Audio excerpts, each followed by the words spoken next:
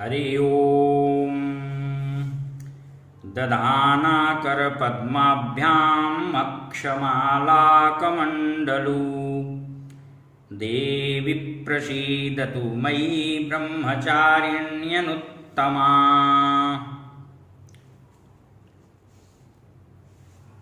जैसा कि बताया जा चुका है, प्रथम दुर्गा शैलपुत्री हैं और दूसरी ब्रह्मचारिणी। प्रथमं शैलपुत्री च द्वितीयं ब्रह्मचारिणी। आज 9 विधात्मिका दुर्गा का आज द्वितीय दिवस है। भगवती दुर्गा नवधा विभक्त हैं उनकी शक्तियाँ, और उनकी दूसरी शक्ति का नाम ब्रह्मचारिणी है। ब्रह्म का अर्थ है तपस्या और ब्रह्मचारिणी का तात्पर्य है तप का आचरण करने वाली। वेदस्तत्वं तपो ब्रह्म। वेद, तत्व और तप, ये तीनों ब्रह्म शब्द के अर्थ हैं, पर्याय हैं। ब्रह्मचारिणी देवी की कांति तेजोमय है, ज्योतिर्मय है और अत्यंत नव्य भव्य है। इनके दाहिने हाथ में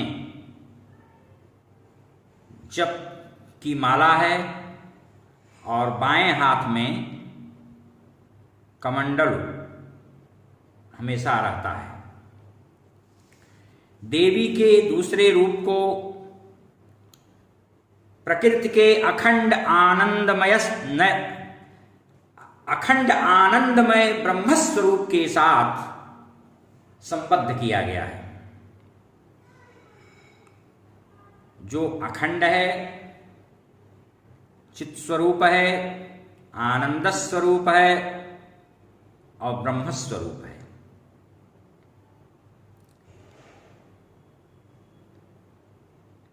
देवी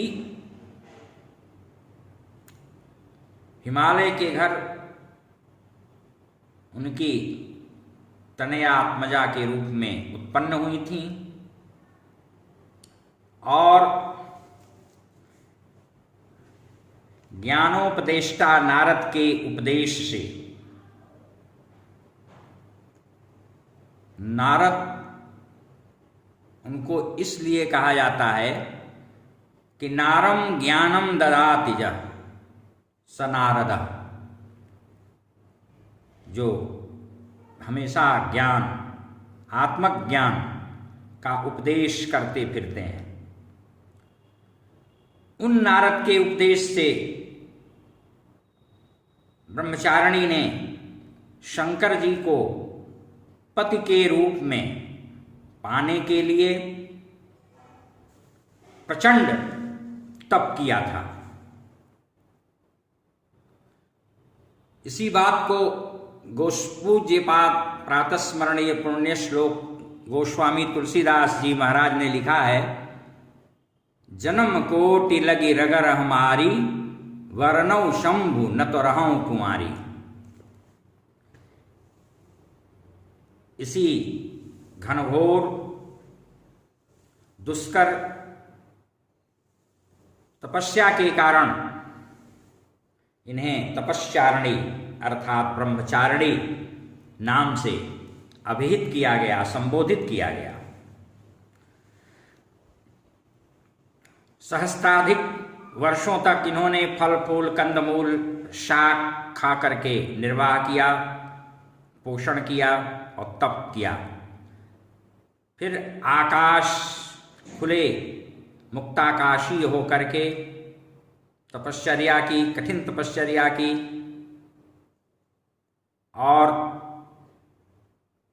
जमीन पर टूट करके गिरे हुए बेलपत्र के सूखे पत्तों को खा करके अहर्निश भूत भावन भगवान शंकर की आराधना करती रहीं और बहुत दिनों तक तो बिना कुछ खाए पिए तपस्या में रत रहीं, निर्जल निराहार। चूंकि कुछ दिनों तक, कुछ वर्षों तक पत्तों को खा करके तपस्या करने के कारण इनका एक नाम अपर्णा भी पड़ा। तपस्या के कारण इनका शरीर क्षीण हो गया, अत्यंत कृशकाय हो गईं। उनकी ऐसी स्थिति को देखकर माता मैना अत्यंत दुखित हो उठी और उन्होंने कहा, उमा। तब से इनका नाम एक उमा भी है। सभी लोग, देवता, ऋषि, सिद्धगण, चारण, मुनि, इनके अभूतपूर्व पुण्य तप से और श्रद्धा अतिरेक के उद्वेलित होने से सब इनकी श्लाघा करने लगे, स्तुति करने लगे। उसी समय आकाशवाणी हुई और इनको संबोधित करते हुए आवाज आई, स्वर निकला आकाश से, हे देव, इतनी कठिन तपस्या अन्य किसी से न भूतो न भविष्यति, न पहले हुई है न आगे होने की संभावना है। इसलिए आपकी मनोकामना सर्वतोभावेन परिपूर्ण होगी और निश्चित रूप से चंद्रमौल शिव आपका पति के रूप में आपको प्राप्त होंगे, पत्नी के रूप में आपका वर्ण करेंगे।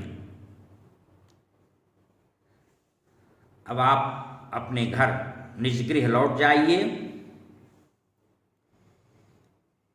यही दुर्गा जी के दूसरे ब्रह्मचारिणी स्वरूप की कथा है। दुर्गा जी का यह स्वरूप भी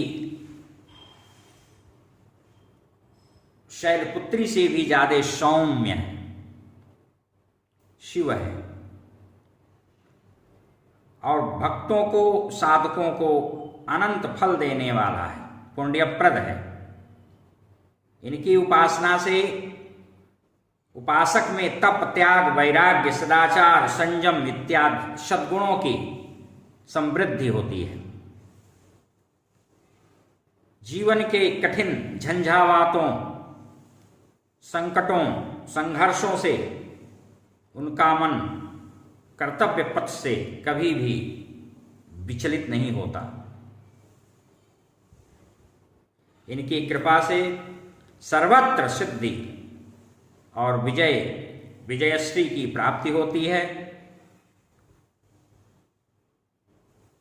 और जिस तरह से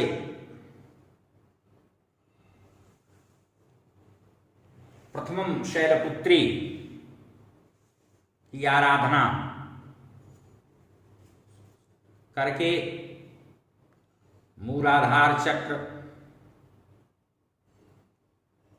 पर साधक केंद्रित होता है, वैसे ही ब्रह्मचारिणी दुर्गा की आराधना करते हुए साधक का मन स्वाधिष्ठान चक्र में स्थित होता है।